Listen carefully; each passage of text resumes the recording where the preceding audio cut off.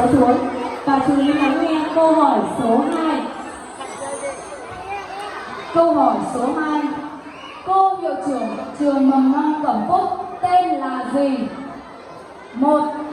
Đào Thị Ngoan. 2. Ngô Thị Thoan. 3. Trần Thị Diệu.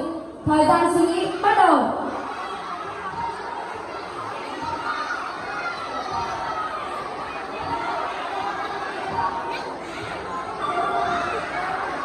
Và các bạn chính xác cho câu hỏi vừa rồi, đáp án số 1. Xin chúc mừng thí sinh đáp án số 1. Các thí sinh đáp án số 2 và số 3. Chúng mình sẽ nhẹ nhàng cầm thẻ số và tự giác cho các mình các bạn phải thật tự giác, những bạn là sai chúng mình sẽ tự giác đi về nhá.